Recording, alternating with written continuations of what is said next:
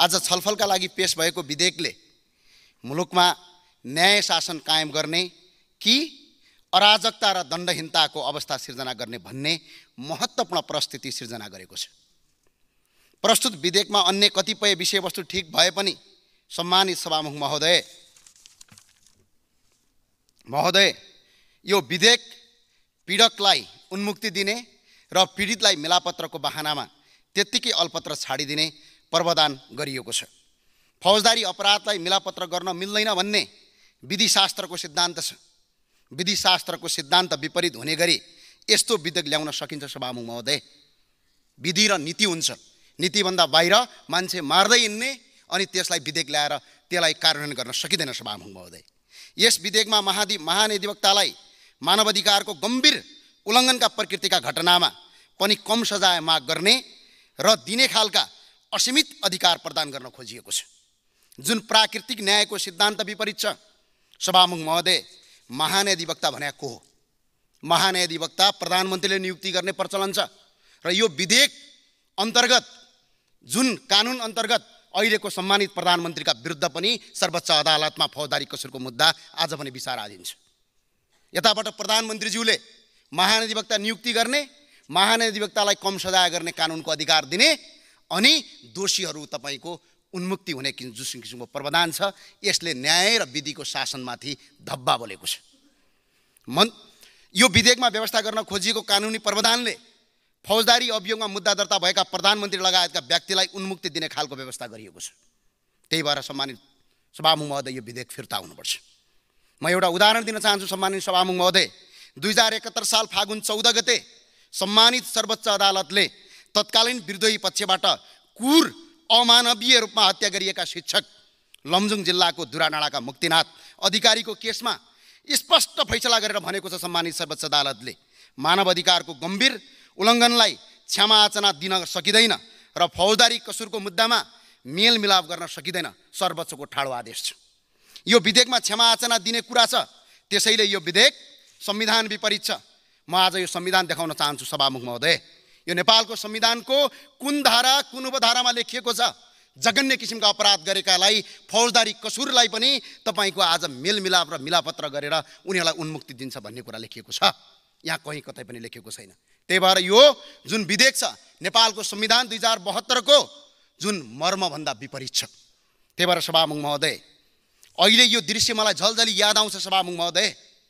कस्तो दृश्य याद आउँछ भने हिजो स्कुल पढ्दै गरेका, स्कुलमा पढाउँदै गरेका र आज खेतमा हलो जोत्दै गरेका मान्छेको निहत्या हत्या गरियो। त्यो हत्या गरिरहँदाखेरि म काङ्ग्रेसका माननीय सदस्यज्यूलाई आज पनि सम्झिन चाहन्छु। त्यतिखेर जुन पार्थिव शरीर थियो त्यो शरीरमाथि नेपाली काङ्ग्रेस एमालेको झन्डा उडाइन्थ्यो र त्यतिखेर बाचा गर्दै भन्ने गरिन्थ्यो, सिर्फ कुनै युद्धमा लागेका भरमा होइन, कुनै सरकार पक्षमा लागेका भरमा होइन, कुनै विद्रोही पक्षमा लागेको भरमा होइन, सिर्फ नेपाली काङ्ग्रेस र नेकपा एमाले या अन्य कुनै दलको विचार बोकेकै आधारमा नागरिकको हत्या गरिन्थ्यो। अनि त्यतिखेर भावुक श्रद्धाञ्जली व्यक्त गर्दै काङ्ग्रेसका साथीहरूले भन्ने गर्नुहुन्थ्यो, नेताजीहरूले आज पनि झलझली याद छ, तपाईँलाई न्याय दिन्छु भन्नुहुन्थ्यो, तपाईँलाई न्यायभन्दा बाहिर जाँदैन भन्नुहुन्थ्यो। तर आज म भन्न चाहन्छु, यो दिन आएको छ जब तपाईँले त्यतिखेर बाचा गरेका बन्धन आज फुकाउने दिन छ। मलाई आशा छ, भरोसा छ, नेपाली काङ्ग्रेसका माननीय ज्यूहरूले आफ्ना कार्यकर्तालाई दिएको वचन सत्तासँग साँठगाँठ गर्दैनन् भन्ने कुरा लाग्छ। त्यही भएर सभामुख महोदय, यदि यसरी तपाईँको हत्या गर्दै हिंसा गर्दै हामीले तपाईँका यस्ता विधेयक ल्याएर संसदमा पारित गर्दै जाने हो भने यस्तो अवस्था र यस्तो प्रथा सिर्जना हुन्छ। भोलि कुनै पनि व्यक्तिले सडकमा उभिएका मान्छेलाई हत्या गर्ने, त्यसलाई राजनीतिकरण गर्ने, राजनीतिक रङ दिने र दिनहाटै मान्छेको हत्या हुन्छ। यो विधिशास्त्र र प्राकृतिक न्यायको सिद्धान्त विरुद्ध छ। त्यसै बेला यो विधेयक तत्काल फिर्ता गर्न अनुरोध गर्दै काङ्ग्रेस एमाले र अन्य दलका माननीयज्यूहरूले साथ दिनु छ जस्तो लाग्छ मलाई। सत्ताका लागि तपाईँ आफ्ना कार्यकर्तालाई अन्याय हुन दिनुहुन्न भन्ने लाग्छ। ढ्याप हानिन्छ होला, तर यो विधेयक पढौँ न एकछिन। यो विधेयक यो न त विद्रोही पक्षको विरुद्धमा मैले यहाँ बोलेको हो, न त सत्ता पक्षको तत्कालीन सत्ता पक्षको भरपोषण गरेको। यो विधेयकका प्रत्येक दफाहरू लेखिएको छ। शान्ति सम्झौता भयो, त्यो शान्ति सम्झौता विद्रोही पक्ष र सत्ता पक्ष बीच भयो। तर जो नागरिक युद्धमा पनि गएका थिएनन्, जो नागरिक सत्ता पक्षका पनि थिएनन् ती मान्छेको हत्या गरियो, त्यसमा उन्मुक्ति दिने भनेर लेखिएको छ। यो विधेयक कसरी सहमत हुन सकिन्छ? कि त भन्नु पर्यो यहाँ नेता मात्र बाँच्न पाउँछ, जनता बाँच्न पाउँदैन भन्नु पर्यो। ठिक छ, नेता मात्र बाँच्न पाउँछ, जनता बाँच्न पाउँदैन भन्नु पर्यो। एउटा कुरा सामन्तवाद भन्ने गरे म सुन्छु बेला बेला। सामन्तवाद भनेको व्यक्ति होइन, सामन्तवाद भनेको प्रवृत्ति हो। आज हामी कतै त्यही सामन्तवाद भन्दै हिजो उठेका साथीहरू आज त्यही सामन्तवाद त बनेनौँ, कुरा त्यहाँनिर उठेको छ। म यहाँ 3-4वटा कुरा यसमा भन्न चाहन्छु। यसको दफावर छलफल गरौँला। मानवाधिकारको गम्भीर उल्लङ्घन र मानवाधिकारको उल्लङ्घन भनिएको छ। मानवाधिकारको उल्लङ्घनमा हत्या भन्ने शब्द राखिएको छ। हत्या गरे पनि त्यसको पछाडि फेरि उल्लेख गरिएको छ। के गरिएको छ भने मानवाधिकारको उल्लङ्घन गर्नेलाई सजाय घटाइकन माफी दिने भनिएको छ। अब यसो भने मान्छे मारे पनि माफी दिने भन्ने हो? यो सशस्त्र युद्धको कुरा होइन। हिजो सत्ता पक्षले पनि विरोधी पक्षका भएकै हुन् भनेर विरोधी पक्ष हुँदै नभएका मान्छेहरू मारेको छ। हिजो विरोधी पक्षले पनि सत्ता पक्ष कहीँ कतै युद्धमा सरकारको सामेल नभएका मान्छेहरू मरेका छन्। के ती मान्छेले न्याय पाउनुपर्छ कि पर्दैन? यदि न्याय पाउनु पर्दैन, हामी नेता मात्रै बाँचेपछि ठिक छ भन्ने बटम लाइन हो भने यसमा मेरो सहमत छ। तर यो संसदमा हामी त नयाँ नयाँ जितेर आएका हौँ नि। हामीलाई जनताले पुराना नेताहरू जस्तै सत्ता र कुर्सीको खेलमा होमा हो र हैमा है गरून् भनेर जिताएका हुन् जस्तो मलाई लाग्दैन। हामीले कस्तो परिस्थितिबाट गुर्ज्यौँ? हामीले कुनै हतियार उठाएर चुनाव जितेका होइनौँ। कुनै पार्टीको सिद्धान्त बेसरी रटिकन पनि जितेका होइनौँ। हामी त एउटा देशमा भ्रष्टाचार, बेथिति, अत्याचार भयो भनेर बुलन्द आवाजका साथ उठेका हौँ। तर आज त्यो आवाज पनि कहीँ दबियो कि भन्ने महसुस भएको छ मलाई। त्यो भएको हुनाले यो विधेयक आउनु हुँदैन भन्ने पक्षमा म छैन। यो विधेयक आउनुपर्छ। शान्ति सम्झौता कायम हुनुपर्छ। तर शान्ति सम्झौता त्यतिखेर कसले गरियो? सत्ता पक्षले गरियो। जो सत्ता पक्ष भारतको दिल्लीमा 12 बुँदे सम्झौता बनेको सरकारले गर्यो, जो नेपाली जनताबाट निर्वाचित सरकार थिएन। ल त्यो सत्ता पक्षले गर्यो र विरोधी पक्षले गरे। ल सत्ता पक्ष र विरोधी पक्ष भयो। जो युद्धमा पनि सामेल छैनन्, जो सत्ता पक्ष पनि सामेल छैनन्, तिनीहरूको पक्ष खै त? आज यहाँ प्रत्येक दफामा यो विधेयक आउनुपर्छ र यो पारित हुनुपर्छ भन्ने लाइनमा छु म। तर यो विधेयकका हरेक कुराहरू परिवर्तन हुनुपर्छ। यदि यसरी हामीले आज विधेयक पारित गर्दै गयौँ भने भोलि अर्को कुनै पक्षले हतियार नउठाउला भन्न सकिँदैन। भने अर्को पक्षले भोलि विद्रोह गर्यो भने के हामीले फेरि यस्तै गरी मानवाधिकारका उल्लङ्घन गरेका राष्ट्रिय मानवाधिकार आयोगले पनि यसका विरुद्धमा विज्ञप्ति निकालेको छ। अहिले पनि फौजदारी कसुरमा सम्मानित सर्वोच्च अदालतले नजिर बसालेको छ कि तपाईँको फौजदारी कसुरमा उन्मुक्ति दिन पाइँदैन भनेर पटक पटक फैसला गरेको छ। आज त्यसैलाई नेपालको संविधानको कुरा गर्छौँ हामी। नेपालको संविधान 2072 को मर्म विपरीत यो विधेयक बनेको छ। कानुनका विदहरू हुनुहुन्छ यो सम्मानित संसदमा, तर कानुनविदले भनिदिनुहोस् न यो नेपालको संविधानमा कहाँनिर लेखेको छ फौजदारी कसुरमा पनि उन्मुक्ति दिने भनेर? जब यो विधेयक उन्मुक्तिका लागि आएको छ, त्यो भएको हुनाले यो विधेयकमा व्यापक छलफल गर्नुपर्छ। हामी नेतालाई त स्वागतयोग्य हो यो विधेयक, किनकि नेतालाई त राजनीति गर्नुपर्छ, स्वागतयोग्य छ। तर ती गरिबका छोराछोरी मरे जो युद्धमा सामेल थिएनन्। म आज ती विरोधी पक्षका साथीहरूलाई सम्झिन चाहन्छु। हुम्ला, जुम्ला, मुगु, डोल्पा, रुकुम, रोल्पामा आज पनि तपाईँको के खाउँ र के लगाउँ भनेका दाजुभाइहरू मारिएका छन्। आज पनि ती सत्ता पक्षका को मरे? आज सम्झिनुहोस् त एकछिन। सत्ता पक्षका एक सरो कपडा लगाउनका लागि आफ्नो अभिव्यक्तिलाई छुट्याउनु। मैले सकेँ सभामुख। एक सरो कपडा आफ्नो श्रीमतीको एक सरो शरीर ढाक्नका लागि र छोरा बाउआमालाई मिठो मसिनो खुवाउनका लागि मारिएका मान्छेका लागि आज न्याय दिउँ भनिरहँदाखेरि हामी न्यायको अदालतमा उभिँदैनौँ र न्यायको ठाउँमा उभिँदैनौँ भनेपछि मलाई लाग्छ सम्भवतः हामी वास्तवमा न्याय गरिरहेका छैनौँ। त्यही भएर सम्मानित सभामुख महोदय, यो विधेयक आउनुपर्छ, शान्ति सम्झौता हुनुपर्छ। यो सधैँ यही युद्ध भएर अर्थात् यसै नै अगाडि बढ्नु हुँदैन भन्ने बटम लाइनमा छौँ। तर यो विधेयकका प्रत्येक दफा पढेर यसलाई करेक्सन गरेर यसलाई छलफल गरेर मात्र अगाडि। हिजो मात्रैको घटना हो। हाम्रो जुम्ला लगायतका माथि कर्णालीका निर्माण व्यवसायीहरू झुन्डिन तयार छन्। सरकारले मिटर ब्याजीहरूलाई मिटर ब्याजीहरूलाई कारवाही गर्छु भनेर वास्तविक मिटर ब्याजी यो सरकार हो। यसको डाटा छ सम्माननीय सभामुख महोदय।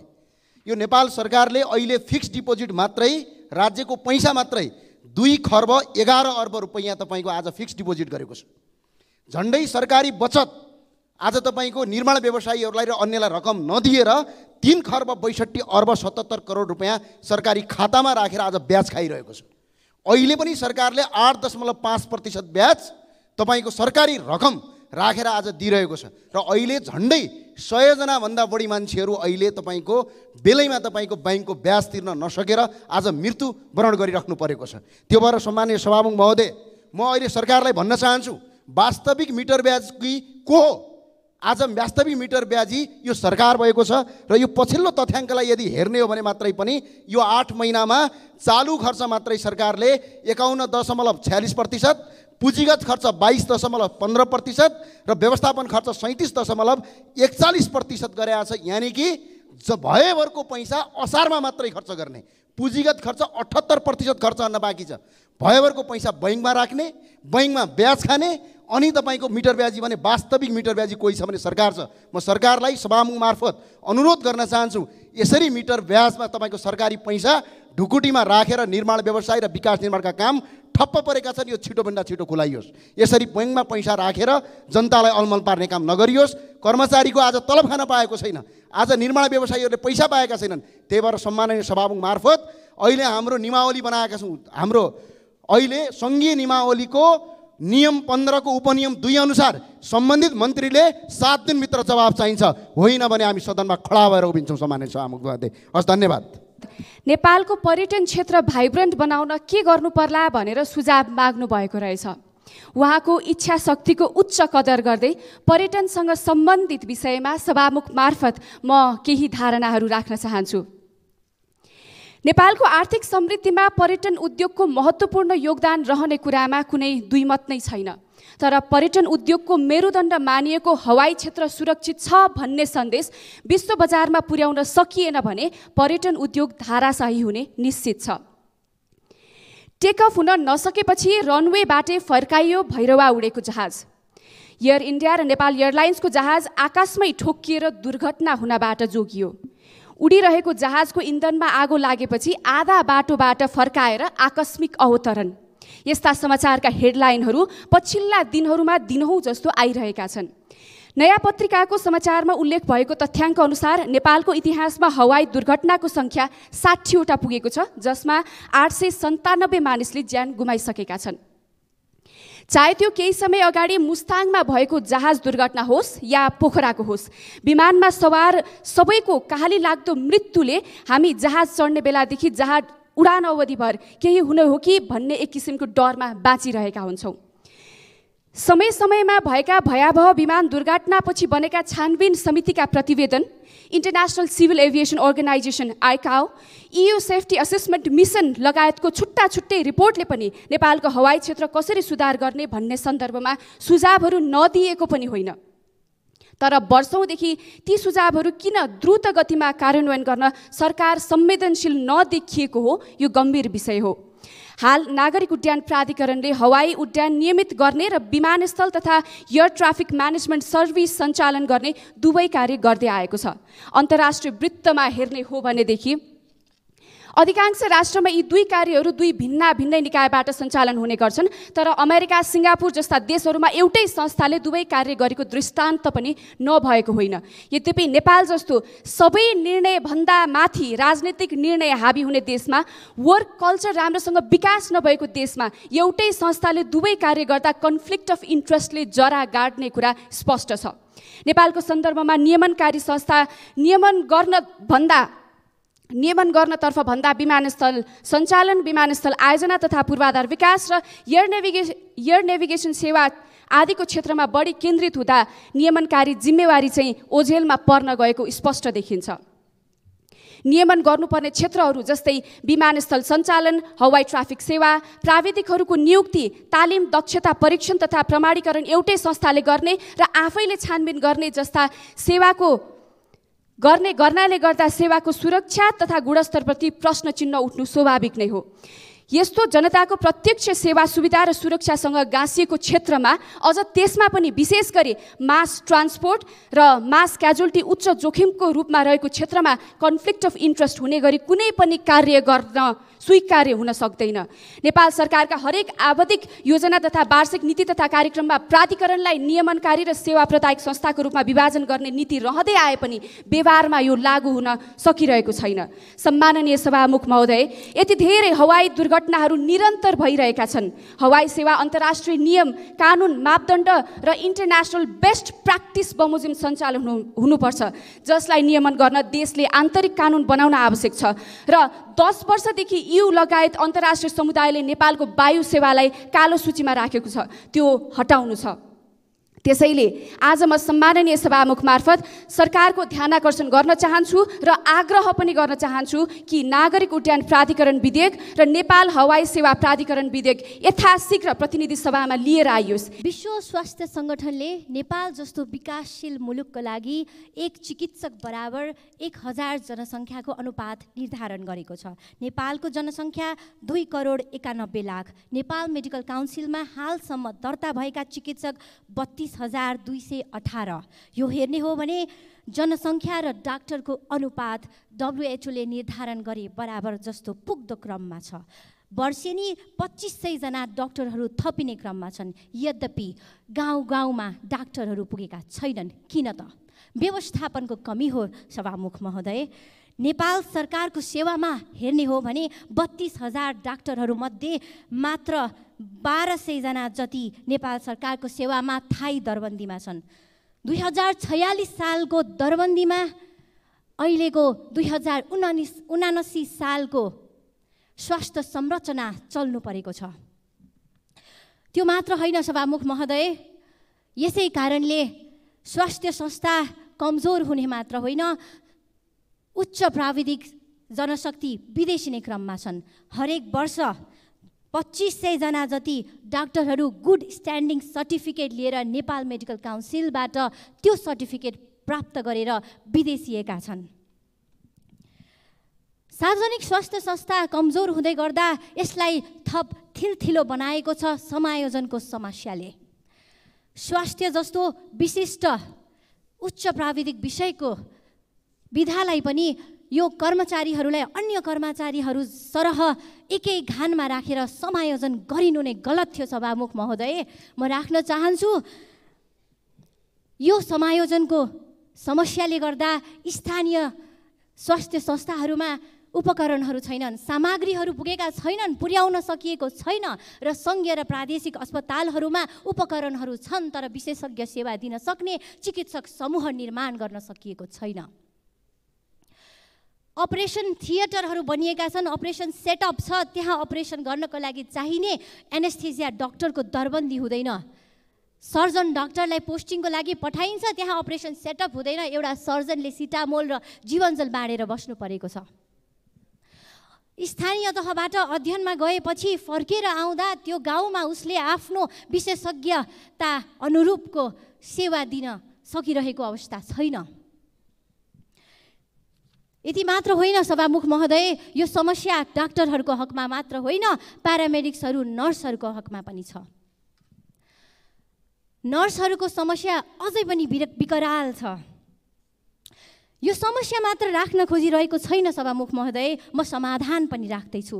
यसको समाधान हो तत्कालै सङ्घीय तथा प्रादेशिक स्तरमा लोकसेवा मार्फत दरबन्दीहरू खुलाइनुपर्छ, स्वास्थ्य कर्मीहरूको दरबन्दी बढाइनुपर्छ र समायोजनको हकमा स्थानीयमा गए पश्चात अध्ययन र भविष्य सुनिश्चित हुने गरिकन उनीहरूलाई सङ्घमा फर्कने वातावरण, सङ्घमा फर्कने बाटोहरू खुलाइनुपर्छ। अनि मात्र सार्वजनिक स्वास्थ्य संस्थामा हामीले चाहिएको ठाउँमा डाक्टरहरू पुर्याउन सक्छौँ, स्वास्थ्यकर्मी पुर्याउन सक्छौँ र उपयोग नभएका उपकरणहरू उपयोगमा ल्याउन सक्छौँ। त्यसै गरिकन नर्सहरू पनि 73,000 भन्दा बढी दर्ता भएका नर्सहरूमध्येमा 43% नर्सहरू विदेशिएका छन्। न्यूनतम पारिश्रमिक 10 देखि 17,000 मात्र पारिश्रमिक पाएर श्रम शोषणमा परेर घरायसी कामहरू गर्नुपर्ने, कहीँ भाडा माझ्नुपर्ने, लुगा धुनुपर्ने, होम नर्स र केयर नर्सको रूपमा उनीहरू बस्नुपर्ने र त्यो मात्र होइन यौनजन्य हिंसाको पनि शिकार भएको अवस्था छ। यसको समाधान पनि प्रस्ट्याउँछु सभामुख महोदय।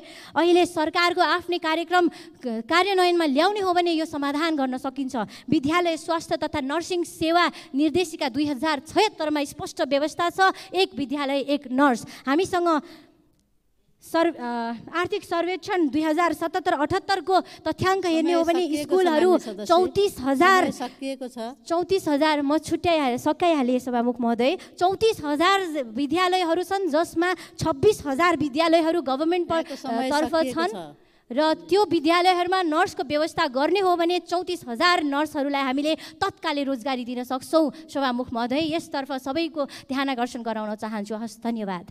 सत्य निरूपण र मेलमिलाप, यी शब्दहरू कुराकानीमा यति धेरै प्रयोग भएका छन् कि मलाई लाग्छ हामीले यसलाई सामान्य बनाएर यसको मर्म नै बिर्स्या हौँ कि जस्तो पनि लाग्छ। अहिले पनि आयो आयो भन्दै कराएर बिउजिने युद्ध पीडितहरू छन्। पीडितहरू अहिले पनि हिंसा सम्झिएर तर्सिन्छन्। बलात्कारबाट जन्मिएका बच्चाहरूको नागरिकता प्राप्तिमा समस्या छ। सत्य निरूपण र मेलमिलाप उहाँहरूको लागि चाहिएको हो। उनीहरूको न्याय, उपचार, पुनर्स्थापना, सम्मान र आत्मविश्वासको लागि चाहिएको हो। यो विषय आक्रोश पोख्ने र बदलाको आधार बन्नु हुँदैन। बहस तत्कालीन राज्य पक्ष र विद्रोही पक्ष भन्दा माथि उठेर के सही हुन्छ, यो सदनले त्यही मात्रै काम गर्नुपर्छ। अहिलेसम्म पीडितका पक्षमा बोल्ने भन्दै आफ्नो करियर बनाएका छन्। आफ्नो राजनीतिक अभिष्ट पुरा गर्न उचाल्ने पछाड्ने मात्र काम भइरहेको छ। हामीले कहिले पीडित पक्षको आत्मसम्मान र पुनर्स्थापनाको कुरा गर्छौँ, कहिले पीडितले न्यायको अनुभूति गरेको कुरा गर्छौँ, कार्यान्वयन कहिले गर्छौँ। यसका लागि घाउ अनुसारको उपचारको व्यवस्था हुन जरुरी छ। सत्य निरूपण र मेलमिलाप आयोगले लगभग 64,000 उजुरी लिएका रहेछन्, जसमा 314 यौन हिंसा सम्बन्धी रहेछन्। यसको वर्गीकरण पनि छैन।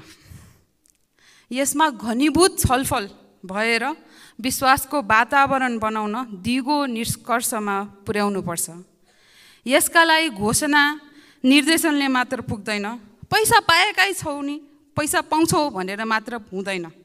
न्याय र अन्यायभन्दा माथि पीडितहरूलाई सहयोगको खाँचो छ। उहाँहरूको मानसिक स्वास्थ्य हेरविचार गर्न सक्ने दक्ष जनशक्ति निर्माण र परिचालन गर्नुपर्छ। आत्मसम्मानको रक्षा गर्नुपर्छ। जब भावी सन्ततिले आजको न्यायको कुरा गर्छन्, त्यति बेला 2079 को सदनले राज्य पक्ष र विद्रोही पक्ष मात्रै देख्यो नभनुन्, पैसामा मात्रै न्याय देख्यो नभनुन्। पैसा छड्नुको साटो सिप दिउँ र उत्पादकमूलक उद्योग खोलौँ, रोजगारी दिउँ, स्वास्थ्य दिउँ, शिक्षा दिउँ। म सभामुख मार्फत आम जनतालाई पनि आग्रह गर्न चाहन्छु कि यो रोस्टमबाट बोलिने चर्को शब्द सुन्दा केही मान्यहरू त बाहिर गएर कुटाकुट नै गर्छन् कि जस्तो पनि लाग्ला। त्यसमा त्यो भ्रममा नपर्नुहोस्। तपाईँहरूलाई रिसको विष पिलाएर बाहिर निस्केपछि मुसुक्क हाँसेर माननीय ज्यू नमस्कार भन्दै च्यापिएको मैले पनि देखेको छु।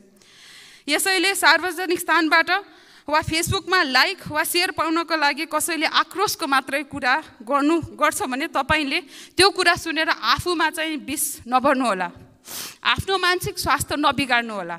बरु तपाईँहरूले पीडितको लागि न्याय अनुभूति गर्ने आधारको बारेमा सोध्नुहोस्। अब न्याय र सद्भावलाई केन्द्रबिन्दुमा राखी अगाडि बढ्नुपर्छ। अहिलेको ऐनले यस्तो दिशानिर्देशन गर्नुपर्छ जसले भविष्यमा कुनै पनि राजनीतिक द्वन्द्वका नाममा हुने हिंसा र मानवताको अपराधलाई निरुत्साहित गर्न सकोस्। पीडितको असन्तुष्टिको पूर्ण सम्बोधन त्यसको मूल आधार हो। त्यसो गरिएन भने हिंसाको बिउ बाँकी नै रहन्छ। भोलि त्यसबाट नयाँ हिंसा उभिन्न सकिन्छ। धन्यवाद। न्याय गरौँ। सत्ता पक्ष विपक्ष उपचारको लेट अस हिल। देशलाई अब हिल हुन दिउँ। Thank you. बेपत्ता पारिएका व्यक्तिको छानबिन सत्य निरूपण तथा मेलमिलाप आयोग ऐन 2071 लाई संशोधन गर्न बनेको यो विधेयक स्वागत योग्य छ। यो विधेयक समय सामयिक छ र अति नै महत्त्वपूर्ण छ।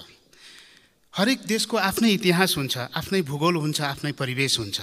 संसार उद्विकासको क्रमलाई हेर्ने हो भने त्यसले विभिन्न कालखण्डमा विभिन्न आन्दोलनहरू, विभिन्न सामाजिक अभियानहरू, राजनीतिक अभियानहरू पार गरेर आएको हुन्छ। हामीले पनि इतिहासमा त्यस्तै धेरै अभियानहरू पार गरेका छौँ। तर आज आएर हामीले इतिहासलाई साक्षी राखेर भन्नुपर्छ, हामीले इतिहासलाई न्याय गर्नुपर्छ, वर्तमानलाई बाटो देखाउनुपर्छ र भविष्यलाई सुनिश्चित गर्नुपर्छ। यो शान्ति प्रक्रियाको एउटा अभिन्न अङ्ग हो सङ्क्रमणकालीन न्याय। सङ्क्रमणकाल परिभाषाले पनि अलि विशेष हुन्छ, अलि महत्त्वपूर्ण हुन्छ। हामीले सामान्य अर्थमा अन्य बेलाको न्याय सम्पादन जस्तो सङ्क्रमणकालीन न्याय व्यवस्था हुँदैन भन्ने हामीलाई लाग्दछ। हाम्रो पुस्ता त यो द्वन्द्वलाई अलि पर किनाराबाट हेरेको पुस्ता हो। तर मलाई लाग्छ यहाँ उपस्थित राजनीतिक पार्टीहरू सबै यो न्याय सम्पादनको क्रममा सबैको जिम्मेवार भूमिका निर्वाह गरेर यहाँसम्म आउनुभएको राजनीतिक पार्टीहरू हो। हामी के चाहन्छौँ भने अब भविष्यलाई सुनिश्चित गरौँ, न्याय सम्पादन गरौँ। राज्यले न्याय सम्पादन गर्नुपर्छ, राज्यले इतिहासको सही मूल्याङ्कन गर्नुपर्छ। आज हामी जुन रूपान्तरित व्यवस्थामा छौँ, यो व्यवस्थाको वैधानिकताको लागि पनि यो सङ्क्रमणकालीन न्यायलाई हामीले टुङ्गाउनु छ। तसर्थ म जोड दिएर भन्न चाहन्छु, यहाँ मात्र द्वन्द्वको छैन, द्वन्द्वको काँडाहरूको मात्र कुरा गरेर हुँदैन। अब हामीले द्वन्द्वका फुलहरूको पनि कुरा गर्नुपर्छ। यो द्वन्द्वबाट हामीले यो समाजलाई रूपान्तरण गरेका छौँ। द्वन्द्वको एउटा शाश्वत नियम, एउटा प्राज्ञिक नियम के हुन्छ भने त्यो रूपान्तरित हुनुपर्छ। त्यो व्यवस्थापन भन्दा पनि त्यो रूपान्तरित हुनुपर्छ। हामीले त्यो द्वन्द्व रूपान्तरण गरिरहँदा आज समावेशी नेपाल पाएका छौँ, सङ्घीय लोकतान्त्रिक नेपाल पाएका छौँ र गणतन्त्र नेपाल पाएका छौँ। आज यो व्यवस्थामाथि पनि यदि हामीले सङ्क्रमणकालीन न्यायलाई राम्रोसँग सम्पादन गरेनौँ भने यो व्यवस्थामाथि प्रश्न उठ्नेछ अनि इतिहासमा ती सारा पुस्ताले त्यसको जवाफ दिनुपर्नेछ। यसर्थ पनि यो गम्भीर विषयमा यो वा त्यो नभनिकन, कुनै राजनीतिक विचार र सिद्धान्तमा निश्चित नभइकन यो हाम्रो राज्यले, यो राज्य उद्विकासको क्रममा एउटा भोगेको भोगाई, एउटा अनुभव, एउटा समाज मिलाउने क्रममा भएका कतै होचा कतै अग्ला भएका यी कुराहरू सबैलाई न्याय सम्पादनमा लगेर मिलाउँ। मलाई लाग्छ यो कुनै व्यक्ति विशेषको, पार्टी विशेषको कुरा होइन। एउटा नागरिक अभियन्ता भइरहँदा हिजो विगतमा यो शान्ति प्रक्रियामा हाम्रो पनि भूमिका थियो। आज एउटा राजनीतिक कर्मी भइरहँदा म स्वयं आफूलाई पनि जिम्मेवार ठान्दछु। यो राज्यले यो सङ्क्रमणकालीन न्याय टुङ्ग्याउनलाई एउटा विधिवत, एउटा न्यायसङ्गत बाटो अपनाओस् र त्यो बाटो अपनाउने क्रममा यो विधेयकले राम्रो भूमिका खेलोस्। हामी आफू पनि जिम्मेवार भएर यो सङ्क्रमणकालीन न्यायलाई टुङ्ग्याउन पाऊँ भन्ने आशा राख्दै सरकारले यो ल्याएको विधेयकले स्वागत गर्दै मेरो भनाइ यहीँ टुङ्ग्याउँछु। धन्यवाद। मैले ध्यानाकर्षण गराउन चाहेको विषय अस्वाभाविक रूपमा बढेको बैंकको ब्याज दर रहेको जानकारी गराउँदछु। पछिल्लो दिनमा कोभिड-19 पछि बिस्तारै लयमा फर्कन लागेको आर्थिक जनजीवन अस्वाभाविक रूपले बढेको बैंकको ब्याज दरको कारणले समग्र अर्थव्यवस्थालाई नै असर पार्न थालेको महसुस हुन थालेको छ। म एक सामान्य नागरिक भएर महसुस गर्दै गर्दा मैले देखेको निक्षेपमा दोहोरो अङ्कको ब्याज दर वृद्धिले, जसले बिस्तारै नागरिकलाई जोखिम मोलेर उत्पादनमा लगानी गर्नु अनि व्यवसायी बन्नुको सट्टा तुलनात्मक कम जोखिममा निक्षेपको ब्याज आम्दानीमा रमाउने अवसर सिर्जना गरेको छ। यस्तो अवस्थामा पनि बैंकमा पर्याप्त तरलता अभाव भइरहनु एक किसिमले अचम्म लाग्दछ। साँच्चै पैसा कहाँ गयो? ऋण लगानीमा 16%बाट उकालो लागेको ब्याज दर वृद्धिले एकातिर बजारमा मूल्य वृद्धि, अर्कोतर्फ कैयौँ व्यवसायी धराशायी हुँदा रोजगारी गुम्न थालेको अवस्था, सँगसँगै एकातिर काले लाग्दो व्यापार घाटा, अर्कोतर्फ निर्यातजन्य उत्पादनमा लागत वृद्धिले निर्यातको घट्दो अवस्था। यो अवस्था अझ चर्किने देखिन्छ। पर्याप्त तरलता अभावले 16%मा पनि सहजै ऋण पाउने अवस्था छैन। मिश्रित खुल्ला अर्थतन्त्र मार्फत सार्वजनिक, निजी र सहकारी सहभागिता र स्वतन्त्र विकासबाट राष्ट्रिय अर्थतन्त्र सुदृढ गर्ने नीति अवलम्बन गर्ने हामी सरकारलाई सिधै ब्याज दर नियन्त्रण गर भन्न त गाह्रो होला, तर के सरकारले यसलाई व्यवस्थापन गर्नै नसक्ने हो त? समाजवाद उन्मुख हाम्रो संविधानको भावना र मर्मले सबै अवस्थामा अर्थव्यवस्था बजारको हातमा मात्र छोडिदिने भन्छ त? सभामुख ज्यू मार्फत सरकारबाट ब्याज दर व्यवस्थापनमा पर्यटन उद्योग बचाउनलाई, निर्यात बढाउनलाई, युवालाई स्वदेशमै रोजगार बढाउनलाई, मूल्य वृद्धि रोक्नलाई सरकारले चालेको पहल कदमीको जानकारी यस सदनमा यथाशीघ्र प्राप्त होस् भन्ने अनुरोध गर्दछु। त्यस्तै पछिल्लो दिनमा लघुवित्तसँग जोडेर आन्दोलन चर्किएको बारे पनि सरकारको ध्यानाकर्षण गराउन चाहन्छु।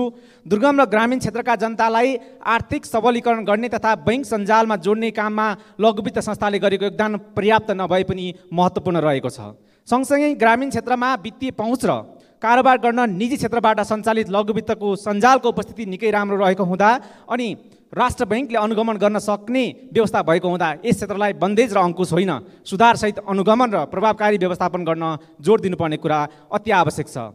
स्रोत साधनको उचित प्रयोग र यथोचित अनुगमन तथा समयक्रमसँगै आवश्यक सुधार गर्न नसक्दा श्रीखण्डको उपयोग खुर्पाको भिडसम्म मात्र सीमित भएको अनुभूति हुन थालेको छ।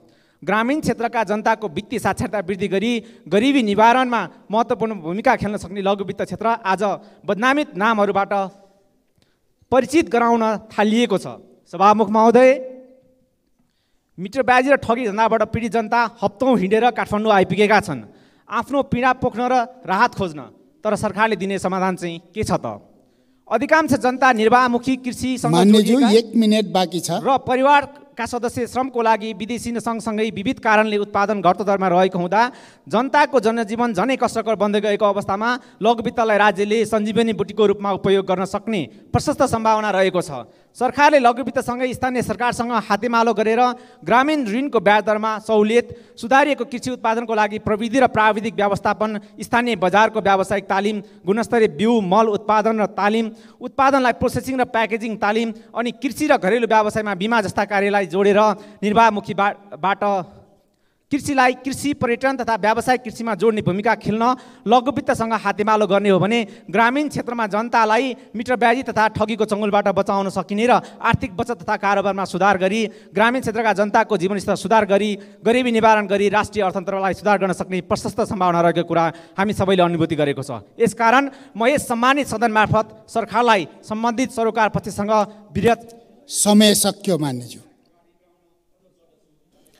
गत निर्वाचनबाट निर्वाचित भएर पहिलोचोटि यो गरिमामय रोस्टरमा प्रस्तुत हुँदैछु।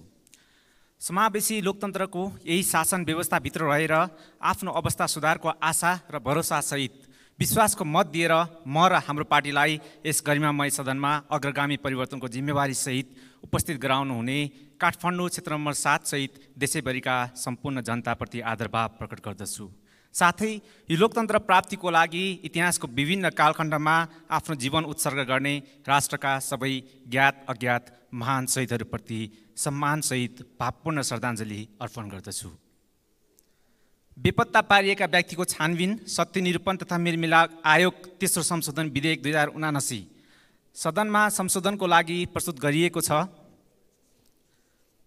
हामीले समावेशी बहुदलीय लोकतान्त्रिक शासन व्यवस्थाको प्राप्ति र यसको अभ्यास गर्दै अगाडि बढेको झन्डै 16 वर्ष भइसक्दा पनि यो परिवर्तन प्राप्तिको क्रममा आफ्नो जीवन उत्सर्ग गरेका तथा सशस्त्र सङ्घर्षका क्रममा द्वन्द्वरत वा सरकार जुनसुकै पक्षका भए पनि निहत्या घाइते तथा पीडित ती हाम्रा नेपाली दाजुभाइ दिदीबहिनीहरूको घाउमा मलम लगाउन निकै ढिला भइसकेको छ। शरीरमा गोली र बमका घाउ मात्र होइनन्, भुल्नै नसकिने मानसिक चोट र पीडा अनि आफ्नै परिवारका प्रिय सदस्य गुमाएका पीडितले न्यायको लागि छटपटिराख्नु तर राज्यले समयमा उनीहरूलाई न्याय प्रदान गर्न नसक्नु हदैसम्मको लाचारीपन र निकै कारुणिक अवस्था हो।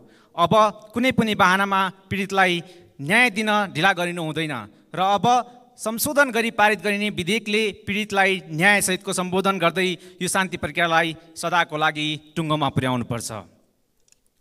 द्वन्द्वकालमा राजनीतिक रूपले मात्र नभई अपराधिक रूपले पनि घटना घटाई पीडित बनाएका घटना थुप्रै हुनुपर्छ र त्यस्ता घटित घटनालाई ब्ल्याङ्केट एमनेस्टीबाट समाधान खोज्दा विधिको शासनको खिल्ली उडाउने कुरालाई पनि नजरअन्दाज गर्नु हुँदैन। हामी धेरैजसो अन्तर्राष्ट्रिय मानवाधिकार सन्धिको पक्षधर राष्ट्र भइसकेको अवस्थामा हामीले सङ्क्रमणकालीन न्याय व्यवस्थापनको लागि मानव अधिकारमा अन्तर्राष्ट्रिय मूल्य मान्यता र संयुक्त राष्ट्रसङ्घ सुरक्षा परिषदको प्रस्तावना र हाम्रो संविधानको भावना र मर्मलाई केन्द्रमा राख्दै हाम्रो आफ्नै मौलिकतासहित व्यावहारिक लक्ष्यता अपनाउँदै ऐन बनाउने विषयमा हामी सबै उत्तिकै जिम्मेवार हुनुपर्नेमा यहाँ कसैको दुई मत छ जस्तो लाग्दैन। सम्माननीय सभामुख महोदय, सङ्क्रमणकालीन न्याय व्यवस्थापनको मूल मर्म र उद्देश्यलाई केन्द्रमा राखेर बनाइने यो विधेयक पास गर्दै गर्दा अन्तर्राष्ट्रिय मापदण्ड र संविधानको भावना प्रतिकूल बनेमा संवैधानिक परीक्षणको रोहमा नरहन सक्छ।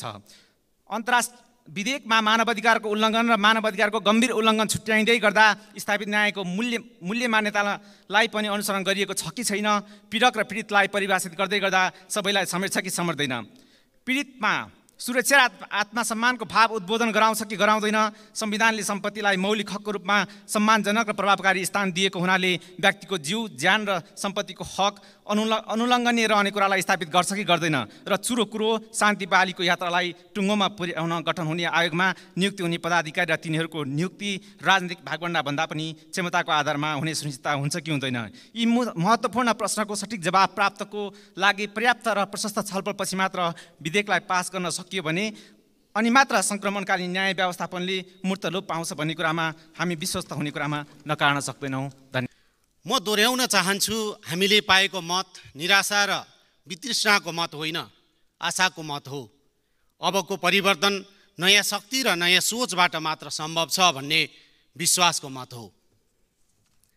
यसरी जनताले आफ्नो अभिमत व्यक्त गर्न सक्ने अवस्था ल्याउन इतिहासका विभिन्न कालखण्डमा योगदान पुर्याउनु हुने सम्पूर्ण ज्ञात अज्ञात शहीद परिवार र अन्य व्यक्तित्वहरूप्रति म उच्च सम्मान प्रकट गर्दछु। मुलुकमा पटक पटक व्यवस्था परिवर्तन भए, यद्यपि आम जनताको अवस्था परिवर्तन भएन। अब हामीले केही गर्नुपर्छ भनेर वर्षौँदेखि आफ्नो क्षेत्रमा काम गरेका, मुलुक र समाजका लागि केही गरौँ भन्ने हुटुटी भएका र विभिन्न क्षेत्रमा विज्ञता हासिल गरेका व्यक्तित्वहरूलाई एकीकृत गरी 7 महिना पहिले गठन भएको राष्ट्रिय स्वतन्त्र पार्टीलाई जनताले आशा र विश्वासका साथ मत दिएका हुन्। म यहाँ उभिँदै गर्दा जनताको त्यो अभिमतको उच्च सम्मान गर्दै यो जनविश्वासलाई कदापि टुट्न नदिने प्रण गर्दछु। साथै खन्ती चुनाव चिन्हमा मतदान गर्नुहुने सम्पूर्ण मतदाताप्रति कृतज्ञ हुँदै म फेरि एकपटक यही रोस्टमबाट आभार व्यक्त गर्न चाहन्छु। हामी सदनमा रहेर होस् या सरकारमा रहेर जनताकै काममा अनवरत रूपमा लागिसकेका छौँ र लागिरहनेछौँ। हामी कर्मयोगी हौँ। हामीलाई चाहिएको काम गर्ने अवसर मात्र हो जुन जनताले हामीलाई दिइसकेका छन्। माननीय सदस्यहरू, म आजको मेरो सम्बोधनमा सदनको गरिमा र जनअपेक्षाका विषयमा यस सदनका माननीय सदस्यज्यूहरूको ध्यानाकर्षण गराउन चाहन्छु। हामीले यस सदनमा गर्ने विचार विमर्श र बहस सामान्य होइनन्। यही बहसले नै मुलुकलाई दिशानिर्देश गर्ने हो भन्ने यथार्थप्रति हामी सधैँ सचेत रहनुपर्छ। जनताका अपेक्षाले भरिएका नजर हामीतिर तेर्सिरहेका हुन्छन्। हामीले यो गरिमामय संसदमा के गर्दैछौँ भनी जनताले नियालिरहेका छन्। यस पक्षमा इतिहासको लामो कालखण्डमा यहाँ रहनुभएका सदस्यहरूले यथोचित ध्यान पुर्याउनु भएको पाइँदैन भनेर जनताको ठुलो गुनासो छ। यसलाई चिर्न यस सदनका सबै क्रियाकलापहरूमा हामी सबै सचेतताका साथ शरीक हुनु अनिवार्य रहेको छ। सम्माननीय सभामुख महोदय, बितेका 14वटा बैठकलाई फर्केर हेर्दा हामीले गर्ने बहस, माननीय सदस्यहरूले सरकार र सरकारका विभिन्न निकायलाई गर्ने एक प्रश्नको अर्थ रहने परिपाटी निर्माण हुनुपर्छ। हामीले यस गरिमामय सदनलाई केवल भाषण गर्ने थलो नभएर सार्थक बहस गर्ने र सो बहस नीति निर्माणमा परिणत हुने र यहाँ गरिएका एक प्रश्नको सरकारले जिम्मेवारीका साथ उत्तर दिने अभ्यासलाई स्थापित गर्नुपर्छ। सरकारलाई आम जनताप्रति उत्तरदायी बनाउनुपर्छ। सदनका बहस र क्रियाकलापहरू जनताले आशा र भरोसाका साथ हेर्न लायक बनाउनुपर्छ। रोस्टममा नेताले भाषण गर्ने, फ्लोरमा खाली कुर्सीहरू, निदाएका अनुहारहरू, फोन चलाइरहेका वा एक आपसमा गफ हाँकिरहेका सदस्यहरू देखिने यस संसदको दृश्य परिवर्तन हुनुपर्छ। हामीले सदन यस्तो बनाउनुपर्छ कि आम जनसमुदायले समय निकालेरै हेर्न चाहुन्। आज के विषयमा छलफल हुने रहेछ भनेर प्रतीक्षा गर्दै टेलिभिजन सेट अगाडि बसुन्। विदेशमा रहनुभएकाहरूलाई कुन बेला संसद लाइभ हुने हो त्यो प्रतीक्षा रहोस्, उत्सुकता होस्। हामीले त्यो माहौल सिर्जना गर्नुपर्छ भनी सबै माननीय सदस्यहरूको ध्यान आकर्षण गराउन चाहन्छु। सदनमा जनताले आफ्नो र आउँदै गरेको पुस्ताको लागि विचार गरेर नीति नियम कानुन बनाउने तथा विकासका मुद्दाबारे बहस हुनेछ भन्ने आभास गर्दै सदन चलेको दिनलाई एक उत्सवकै दिन जसरी चासोको साथ हेर्ने र सुन्ने वातावरण बनाउन सक्नुपर्छ। साथै देश विदेशमा रहेका नेपालीहरूको सदनका क्रियाकलापहरूमा र कानुन निर्माणमा प्रविधिको प्रयोग गरेर आफ्ना सुझावहरू दिन मिल्ने प्रणाली निर्माण गरी डिजिटल डेमोक्रेसीतर्फको हाम्रो भविष्यको यात्रा तय गर्नुपर्छ। सङ्घीय संसदको सचिवालयले समेत केवल वेबसाइटमा एउटा सूचना प्रकाशित गर्ने मात्र नभई जनतालाई सदनमा हुने छलफलका बारेमा सुसूचित गर्ने र आम जनसमुदायलाई संसदको काममा जोड्नेतर्फ के गर्न सकिन्छ भन्ने कुरामा ध्यान दिनुपर्छ। सम्माननीय सभामुख महोदय, अब म हाम्रो पार्टी सभापति रवि लामिछानेको बारे केही भन्न चाहन्छु। विदेशमा अहिले रहेका 40 लाखभन्दा धेरै नेपालीहरू जस्तै अवसरको खोजीमा बाहिर गएका, त्यहाँ गएर आफ्नो राम्रो व्यवस्था हुँदाहुँदै पनि मुलुकमै केही गर्नुपर्छ भनेर फर्केका एक नेपाली युवा हुन्।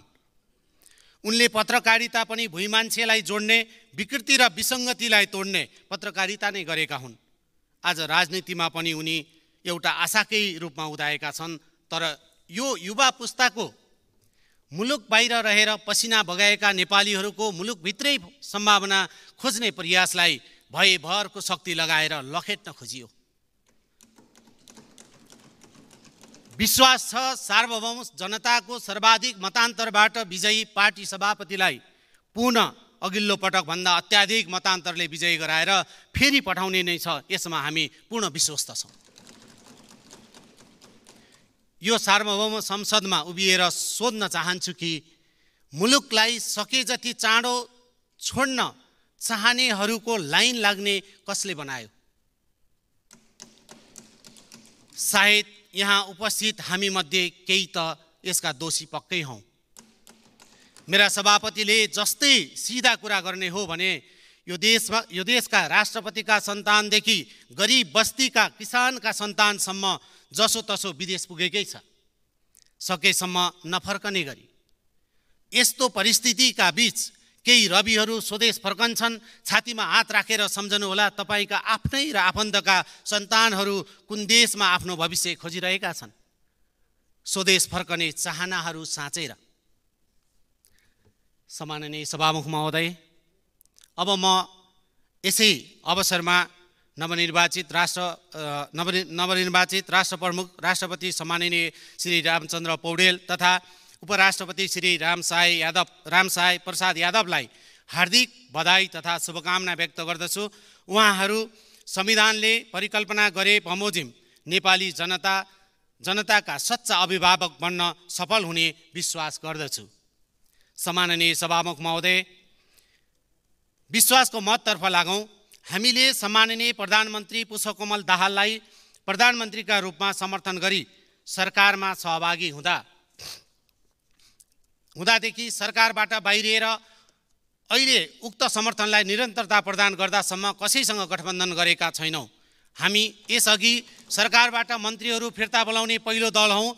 हाम्रै विशेष पहलमा सरकारको न्यूनतम साझा कार्यक्रम तयार गर्यो। सरकारले न्यूनतम साझा कार्यक्रम तयार गर्यो, जसमा हाम्रा वाचापत्रका कयौँ बुदाहरू समावेश छन्। ती बुदाहरू हाम्रा होइनन्, आम नागरिकका हुन्। आम नागरिकका ती मुद्दाहरू सम्बोधनमा सरकारले निरन्तरता दिने विश्वास नै हामीले प्रधानमन्त्रीलाई विश्वासको मत दिनुको प्रमुख आधार हो।